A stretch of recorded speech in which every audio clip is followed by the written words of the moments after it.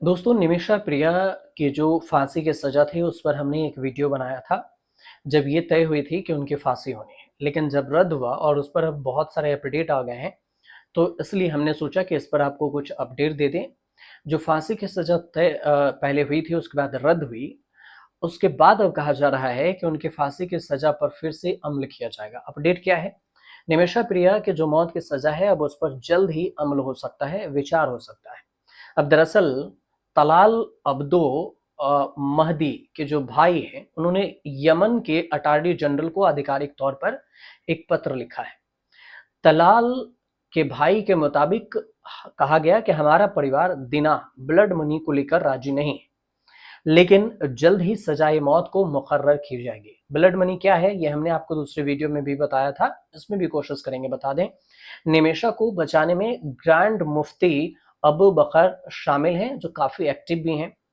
मुफ्ती ने ही फांसी की सजा को सस्पेंड कराया था, लेकिन अब जिस तरीके से तलाल का परिवार अड़ गया है फांसी पर, तो उससे ये कहा जा रहा है कि अबू बकर भी निमेशा को माफी नहीं दिला पाएंगे। लेकिन ये बात आगे की है। तलाल के जो भाई हैं, उन्होंने अब्दुल फतह महदी ने अटॉर्नी जनरल से निवेदन किया है कि इस फैसले में जानबूझकर देरी की जा रही है, जो कि न्याय के खिलाफ है, और हम मांग करते हैं कि इसे तुरंत ही अमल में लाया जाए।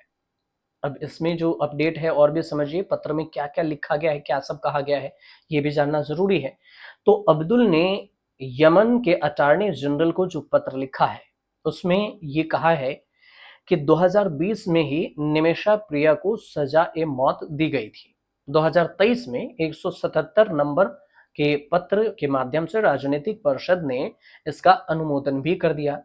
2025 में इसको लेकर तारीख भी तय हो गई, और ऐसे में इसे अब ज्यादा दिन तक रोकना ठीक नहीं है। ये पत्र में लिखा गया है। अब्दुल फतेह महदी का ये कहना है कि निमिषा मामले में अंतिम और बाध्यकारी फैसला भी आ चुका है, और इसके बावजूद ब्लड मनी के नाम पर इसे रोका गया है। अब ये सही नहीं है, और हम किसास के तहत न्याय चाहते हैं।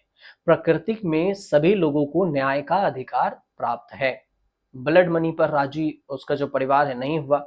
अब्दुल फतेह के मुताबिक उसका परिवार ब्लड मनी, जो कि कुछ पैसे होते हैं, और जो फांसी की सजा को रोकने के लिए इसे राजीनामा कह सकते हैं कि उसके लिए दिया जाता है, वो पैसे या मुआवजा, आप जो भी कहें इसको, उसे ब्लड मनी कहते हैं। बाकी इसको लेकर जो भी लोग कवायद कर रहे हैं, वो अपनी ऊर्जा बर्बाद कर रहे हैं। फतह ने सीधे तौर से कहा है कि लोग निमिषा के परिवार और उनके समर्थकों को गुमराह कर रहे हैं। अब्दुल के मुताबिक निमिषा को माफी नहीं दी जा सकती है, क्योंकि उसने अपराध की सभी सीमाओं को पार कर दिया था।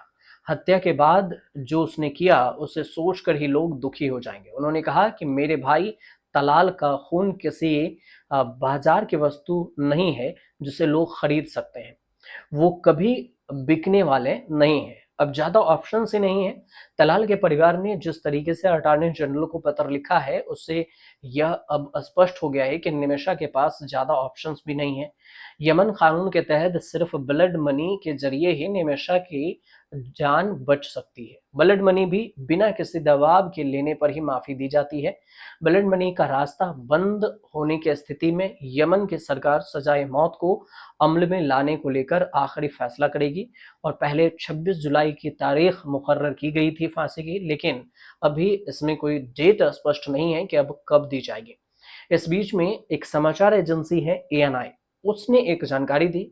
यमन में जो हत्या के एक मामले में मौत की सजा का सामना कर रही है भारतीय नागरिक निमिषा प्रिया, उस पर कंथापुरम एपी के भारतीय ग्रैंड मुफ्ती अबू बकर मुसलैयार के कार्यालय में कहा गया था कि निमिषा प्रिया की मौत की सजा, जिससे पहले सस्पेंड कर दिया गया था, वो रद्द किया गया है।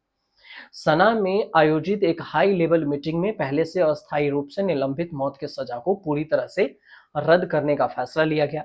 हालांकि अभी तक यमन सरकार की तरफ से आधिकारिक तौर पर यह पुष्टि नहीं हो पाई है।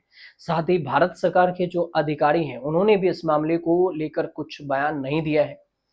तो निमिषा प्रिया कौन है? निमिषा प्रिया, अंत में समझिए कि केरल की नर्स निमिषा प्रिया को यमन के अधिकारियों द्वारा पहले 16 जुलाई को फांसी दी जानी थी, 16 जुलाई 2025 को। लेकिन भारत सरकार के दखल के बाद एक दिन पहले ही उनकी फांसी की सजा अस्थायी रूप से रोक दी गई थी। सरकार ने यमन प्रशासन से आग्रह किया था कि वह परिवार को दूसरे पक्ष के साथ आपसी सहमति के समाधान निकालने के लिए कुछ और समय दी जाए। निमिषा 19 साल की उम्र में 2008 में नर्सिंग की नौकरी की तलाश में यमन गई थी। 2020 में एक स्थानीय अदालत ने उसे महदी को बेहोशी का इंजेक्शन देकर उसकी हत्या करने का दोषी पाया था। निमिषा ने तलाल के साथ पार्टनरशिप में एक क्लिनिक शुरू किया था और तलाल को ही बेहोशी के इंजेक्शन से मौत की बात हुई। निमिषा ने अपना पासपोर्ट वापस लेने के लिए तलाल को बेहोश कर दिया था। निमिषा का ये दावा है कि तलाल ने उसका शारीरिक और आर्थिक शोषण किया और उसे यह अपराध करने के लिए मजबूर किया गया, लेकिन नशे की दवा में ओवरडोज की वजह से तलाल की मौत हो गई।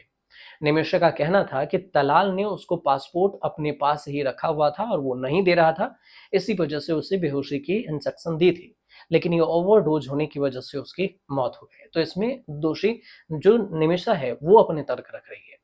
उधर तलाल के परिवार फांसी की मांग कर रहा है और इस दोनों के बीच में ग्रैंड मुफ्ती हैं, उनके कहने से 16 जुलाई 2025 की फांसी की सजा तो टल गई, लेकिन आगे क्या होगा ये आने वाले वक्त में कुछ अपडेट आएगा तो हम आपको जरूर बताएंगे।